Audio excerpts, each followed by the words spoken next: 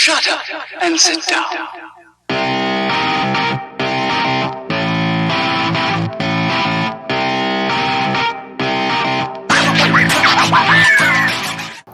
Brisbane is like an enlarged Parramatta, but without all the foreigners and with enough homeless people to start a political party. The river is so full of settlement that you really wouldn't want to swim in it, and it's become so useless for all but commercial activities. There is very little public spaces beyond the bike tracks and a couple of man-made spaces like Streets Beach, Rainforest Walk and Brisbane City Botanic Gardens. The Queensland University of Technology gets its lion's share of what this city has to offer. The flat nature of the terrain lends itself to electronic scooters and bikes. It's probably the biggest thing here in Brisbane that I'm jealous of. The hilly nature in Sydney would wear out most cyclists and drain flat most scooters. And it's also good to see most people here wearing helmets while riding compared to the Gold Coast. But when you see all the scooters and bikes placed randomly around the city, I think that a battery swap and go system would be much better. But in saying that, you still need to be fairly close to the river to take advantage of the bike path. If you're a rich QUT student, then all is merry. Similar to the Gold Coast, rich people seem to have river access just for the point of having river access, and the prestige it brings having a boat moored to their homes. On the river, there is very little of any places to go or any real private use. On Sydney Harbour, you can spend the day anchored near Manly, go paddle boarding on Middle Harbour, or grab some fish and chips from the Sydney fish markets, or be adventurous and explore the Hawkesbury. Brisbane River offers very little anchorages, and the only destination is the vast Moreton Bay, where you will never be seen.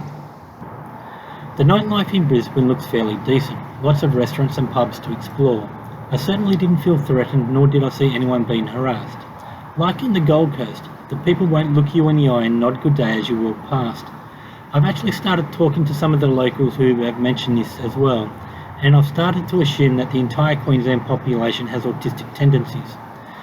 The CBD is surrounded by huge suburbia in all directions, with the new McMansions butting up against some really old and run-down Queenslanders. Moreton Bay is some 20 odd kilometres east of Brisbane, and places like Sandgate really did start to feel like Sydney. But I understand Moreton Bay is as flat as a lawn bowling field, and I'm not surprised many Queenslanders prefer the sunshine or Gold Coasts. Heading to Brisbane on a public holiday, the third long weekend in a row here in Queensland, meant that many motorcyclists were out and about enjoying a sunny day on the country roads. Most of my fellow motorcyclists look to be quite young. In similar situations in New South Wales, I'm used to seeing a lot more old-timers. I'm still seeing many guys wearing nothing but t-shirts and shorts while riding, and even one guy wearing sandals. The road is such a painful taskmaster. I'm sort of guessing that many of my fellow motorcyclists here in Queensland don't make it to old age, or just give up after the first accident. The first stop was Byu Desert, where I checked my email and discovered that the server had decided to run out of memory. So I'm sitting in a small country town trying to get the server back up and running quickly enough to allow me to continue on my way. Along many of the roads, they were clogged up by caravan towing 4x4s, and without many of the overtaking lanes that I expect to find down south. The bike cameras are no longer working reliably enough. I now regret not stopping and taking some pictures the good old-fashioned way. On the road to Ipswich, I came across a section of the road where someone had been doing donuts until their tyres popped. And when I left the Gold Coast, I saw another guy wheeling on public roads. I don't understand why the only laws Queenslanders seem to obey is the speed limit.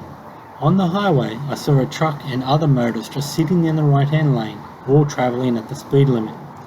Ipswich is a town which must have missed the housing boom, but was civilised enough to have a beer with my butternut chicken while repairing the server.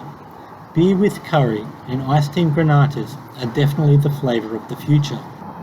I didn't manage to find a private room here in the CBD and ended up taking a studio apartment. This time I didn't even meet the owner while picking up the key. I had to get the key from a locked box in a nearby Easy Mart.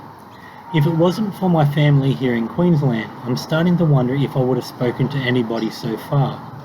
The locals are also antisocial. I'm starting to think that they're all autistic, or autism is environmentally related.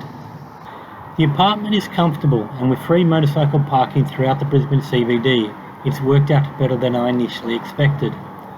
Although it's like living in a boat, where the boundaries between the kitchenette and the bedroom are defined by the tiles on the floor, and they could have doubled the living space by enclosing the balcony. It's been over a week since ordering my tyres online, and I still hadn't got any word on whether they had been shipped or not. On my way to visiting my uncle, I stopped by the warehouse and got them to give me a 120 on the front so they could send them now. It wasn't the exact tyre I was wanting, but now I shouldn't be held up in the Sunshine Coast with a bald tyre, or risk getting the tyre that would not have seen me through to Perth. Find out next week if all this hassle of organising a major service and a tyre change works out. I'm hoping that it's less hassle than getting stuck in the middle of nowhere trying to hitchhike my way back to get a tow truck. I got stuck for half an hour talking to the tyre guy about the merits of increasing the front tyre from a 120 to a 130. He told me that my front tyre rim was designed for a 120 and that the 130 would unsettle the bike, while I told him that the 130 gave me better braking and longer tyre wear with more weight on the bike. I guess now that I'll be running the 120, we'll find out which is the better compromise. Starlink has brought out portability for an extra $35 per month. That way I wouldn't need to continue logging into my account and updating the service address. Obviously you need internet access to continue logging into the account before you can update the address. But regardless, the service will still cut off somewhere after Bundaberg. Here in Brisbane, the apartment had no view of the southern sky, so I wasn't even able to fire it up and see if it works.